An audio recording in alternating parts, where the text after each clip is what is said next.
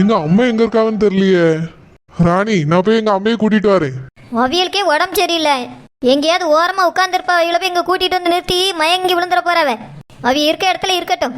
கல்யாணம் முடிஞ்சதுக்கு பிறகு வேணா பொண்ணு மாப்பிள்ளையை கூட்டிட்டு போய் ஆசீர்வாதம் வாங்க சொல்லலாம். இல்ல ராணி, பேத்தி கல்யாணத்தை பாக்கணும்னு எங்க அம்மா ஆசைப்பட்டாவ. எங்க இருக்காவன்னு தெரியல. எங்க ஓடிறப்ப உங்க அம்மா என்ன பச்சை பிள்ளையா? ஓடி ஆடி விளாண்டு வெளியே ஓடிடுவாங்க. இந்த மண்டபத்துக்குள்ள தான் எங்கேயாவது ஒரு இடத்துல உட்காந்து கிடப்பாவ. நீங்க உங்க அம்மா பாசத்துல ரொம்ப உருகிறாதங்க. கொஞ்சம் அமைதியா நில்லுங்க. நீங்க பொண்ணுக்கு அப்பா. இந்த இடத்துல நீங்க இல்லைன்னா பார்க்கவியெல்லாம் ஒரு மாதிரியா பாப்பாவ. தாலியை கட்டட்டும், அதுக்கப்புறம் போய் உங்க அம்மையை பார்க்கலாம். சரி ராணி. ஏங்க, நம்ம மகனுக்கு கல்யாணம் நடக்க போகுது. ஆமா ராசத்தி, ரொம்ப சந்தோஷமா இருக்குல்ல? ஆமாங்க, எனக்கு சந்தோஷம் தாங்க முடியல. இப்பவே டான்ஸ் ஆடினாலும் ஆடிடுவேன். அவ்வளவு சந்தோஷத்துல இருக்கேன். ராசத்தி, சொந்தக்காரவியெல்லாம் இருக்காவ. அவிய முன்னாடி ஆடி தொலைச்சிடாத. ஆடி எப்படிங்க ஆடுவேன்? அந்த அளவுக்கு எனக்கு சந்தோஷம் இருக்குன்னு சொல்றேன். அந்த சந்தோஷம் எல்லாருக்கும் தான் இருக்கும் ராசத்தி. பிள்ளைக்கு கல்யாணம் ஆகுதுன்னா எல்லாருக்கும் சந்தோஷம் தானே? ஆமாங்க, நம்ம மகனுக்கு ஏற்கனவே ஒரு தடவை கல்யாணம் ஏற்பாடு பண்ணி நின்னு போச்சுல்ல. இப்போ மறுபடியும் கல்யாணம் நடக்க போகுதுன்னு ரொம்ப சந்தோஷமா இருக்கு. ஆமா ராசத்தி, எனக்கும் சந்தோஷமா தான் இருக்கு. ஆமா, நம்ம மகள எங்க? இங்கதாங்க நின்னா. பொண்ணு மாப்பிள்ள பின்னாடி வந்து நிக்க வேண்டியதானே? எதுக்கு அங்கங்கன்னு சுத்திட்டு இருக்கா? வருவாங்க. கார்த்திக் முதல்ல தாலியை கட்டட்டும். அப்பதான் எனக்கு முழுசா நிம்மதியா இருக்கும். எந்த நிமிஷத்துல வேணாலும் கல்யாணத்துல பிரச்சனை வந்துருமோன்னு பயமா இருக்கு. அப்படிலாம் நினைக்காத ராசத்தி. மணமேடைக்கு வந்தாச்சு, தாலி கட்ட உட்கார்ந்தாச்சு. இனி தாலி கட்டுறதுதான் பாக்கி. அதனால நீ எதையும் நினைச்சு குழம்பாத. கண்டிப்பா கல்யாணம் நடக்கும். சரிங்க. ஏக்கா, தாலி கட்ட போறோம் வாங்கக்கா. இல்லம்மா தங்கச்சி, எனக்கு வரதுக்கு இஷ்டம் இல்ல. நீ வேணா போய் பார்த்துட்டு வா. நீங்களே போவேல, நான் எதுக்கு போகணும்? விடுங்கக்கா. நாம ஆசைப்பட்டது ஒண்ணு, இங்க நடந்தது ஒண்ணுமா ஆயி போச்சு. இந்த நெட்ட மாட பாருங்களா, ஒரு அக்கறை இல்லாம சுத்திக்கிட்டு இருக்கா. அவன் என்னமா செய்வா? நம்மளாலேயே ஒண்ணும் செய்ய முடியல. அவளும் எனக்கு உதவி செய்யதான் செஞ்சா. ஆனா எதுவுமே நடக்கலையே. என் மாவனை சொல்லணும். அம்மைக்கு இப்படி இருக்கும்போது கல்யாணத்தை வைக்க கூடாதுன்னு அவன் தானே கொண்டாட்டிட்டு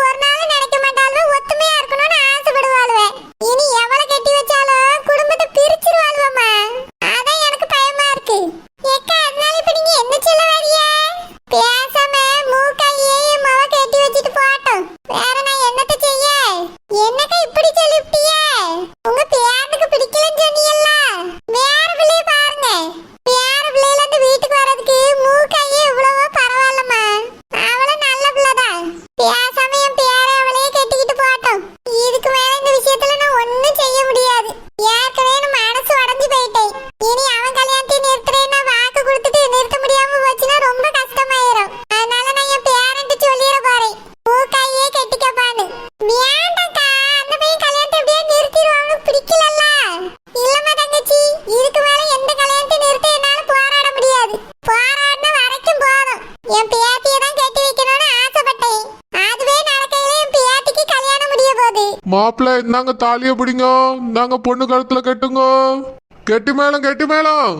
மாங்கல்யம் தந்துனா நேனா மம ஜீவன ஹேத்துனா கண்டே பத்மநாமி சுபஹே தவம் சிவ சரராசதம். எப்பாடா இப்பதான் எனக்கு நிம்மதியா இருக்கு. என் மகன் அந்த பிள்ளை கழுத்துல தாலியை கட்டிட்டான். இதுக்கு மேல அந்த ராணி என் காலுக்கு அடியில. இனி என்கிட்ட ஏதாவது அவ பேசி பார்க்கட்டுமே. கழுத்துலயே மிதிச்சு பிடி. இனி அவ நான் நில்லுனா நிக்கணும், உட்காரனா உட்காரணும்.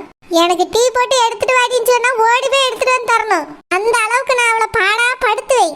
முன்னால மாதிரி என்கிட்ட இனி அவ அதிகாரம் பண்ணுவாளா? அவ அதிகாரம்லாம் இப்ப என்கிட்ட வந்துட்டு. இந்த நொடிக்காக தான் நான் காத்துக்கிட்டு இருந்தேன். இனி இவ என்ன செய்யான்னு நானும் பாக்கேன். பொண்ணு மாப்பிள்ள எழுந்துருங்கோ, பெரியவா காலில் விழுந்து ஆசீர்வாதம் வாங்குங்கோ.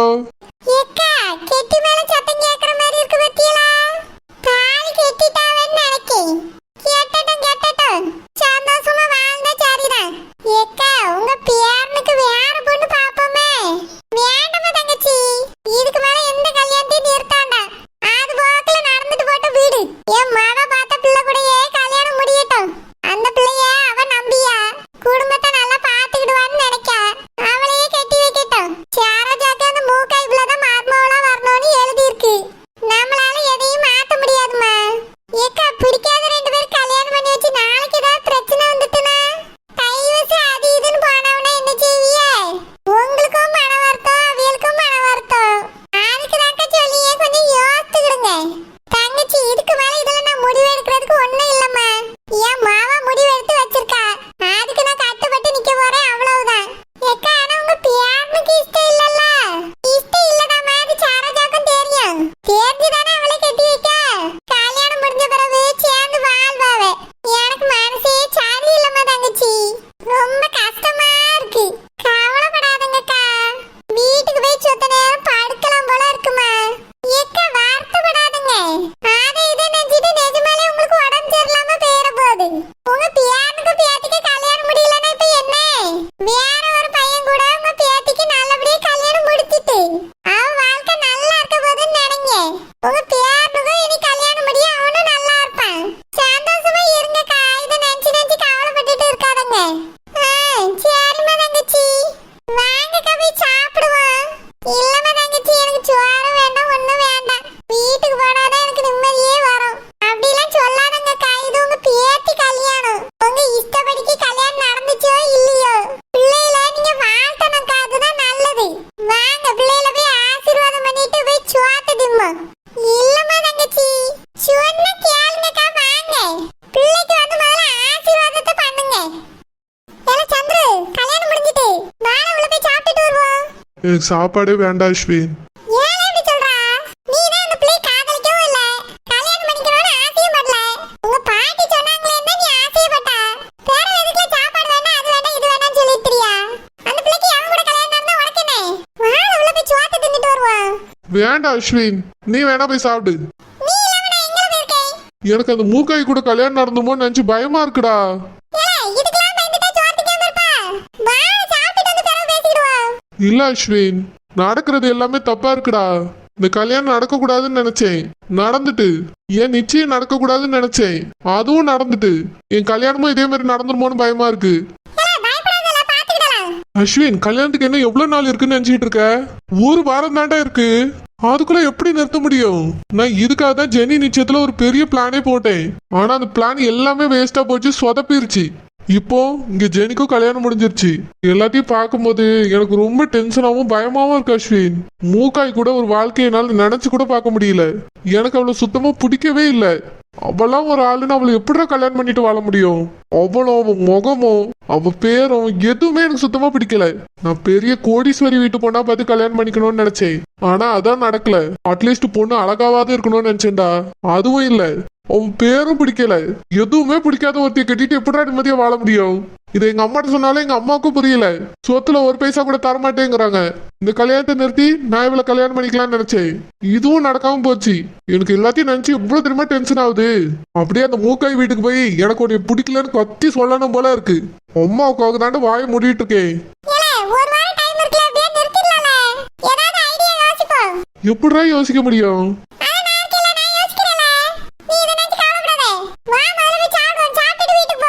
நீ வேணா போய் சாப்பிட்டுட்டு வா, நான் வீட்டுக்கு கிளம்புறேன். முடியாது அஸ்வின், என் சாப்பாடே வேண்டாம். என் கல்யாணம் நின்னாதான் எனக்கு நிம்மதி. அது எப்படிடா முடியும்?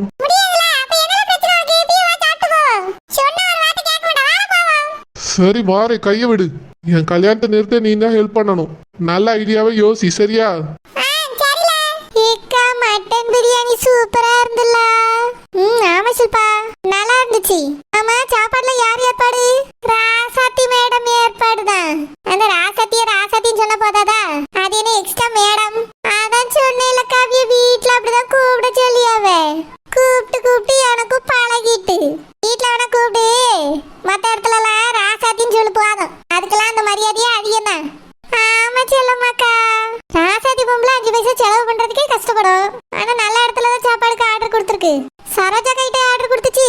இல்லக்கா, வீட்டை இல்ல. ராசாத்தியக்கா புருஷன் இருக்காவல்ல, அவர் தான் எங்க ஆர்டர் கொடுத்துருக்காரு. அப்படியா? பிரியாணி நல்ல டேஸ்டா இருக்க. அவரு நல்ல இடத்துல கொடுத்துருப்பாரு போல. ஆமாக்கா, என்னதான் இருந்தாலும் சரோஜாக்கா வீட்டை நிச்சயத்துல வச்சிருந்தாவ பாரு சாப்பாடு. அதுக்கு இதெல்லாம் ஈடே ஆகாது. ஆமாக்கா, சரியா சொன்னிய. நாளைக்கு அவசரமா சாப்பிட்டுட்டு ஓடிட்டேன். ஆனாலும் டேஸ்ட் என்ன மனசுக்குள்ளே நிக்குதுக்கா. ஆமா ஷில்பா, அது என்ன டேஸ்ட்டுங்க? என்ன எனக்கும் மனசுக்குள்ளே நிக்குது. அது மட்டும் இல்லாம வீட்டுக்கு வேற கொடுத்து விட்டாவ பத்தியா? என் பிள்ளைலாம் நல்லா விரும்பி சாப்பிட்டது. ராசா பக்கமும் அதான் சொன்னாவ. நான் தான் அன்னைக்கு வாங்காம போயிட்டேன்க்கா. என் பிள்ளை சாப்பிட்டே பார்க்கல. ஆமா ஷில்பா. ஆமா, இன்னைக்கு பிரியாணி வீட்டுக்கு தருவாப்ல. ஏக்காவி எச்சிகை எடுத்து காக்காவே வரட்ட மாட்டாவ. இவியலாவது பிரியாணி தரதாவது. அதெல்லாம் எதுவும் கிடைக்காதுக்கா. என் பிள்ளைகள் பள்ளியிடத்துக்கு போயிட்டு இல்லைன்னா கூட்டிட்டு வந்திருப்பேன். பிரியாணினா அதுகளுக்கு ரொம்ப பிடிக்கும். ஒரு சின்ன பாக்ஸ்ல எடுத்துட்டாங்க ஷில்பா. நீ அவிய வீட்டுல தானே வேலை பார்க்கா? ஏக்கா, என்கிட்ட அந்த வேலையை ஒப்படைச்சா நான் ஏதாவது செஞ்சிருவேன்னு இந்த வேலையை கொண்டு போய் அந்த பொம்பளைட்ட ஒப்படைச்சிருக்கு. என்ன சொல்றா? பிரியாணி அண்டா பக்கத்துலயே நில்லுன்னு அந்த மங்கம்மா இருக்கால, அவட்ட சொல்லி இருக்கு ராசாத்தி பொம்பளை. அவ பிரியாணி அண்டா விட்டு தூரையே போக மாட்டேங்க, அங்க பக்கத்துலயே நின்னுகிட்டு இருக்கா. அப்படியா?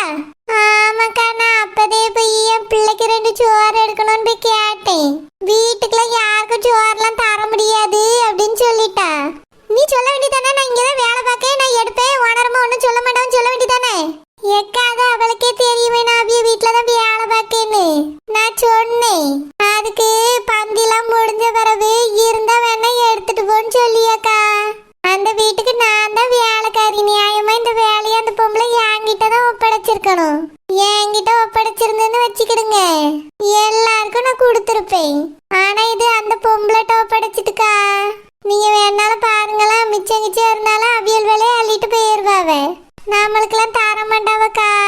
ராசாதி பொம்பளை சரியான ஆள் தான். வீட்டுல ஒருத்தைய வேலைக்காரியா வச்சிருக்கு. அதுக்கு கூட சோறு கொடுத்து விட மாட்டேங்க பாரு.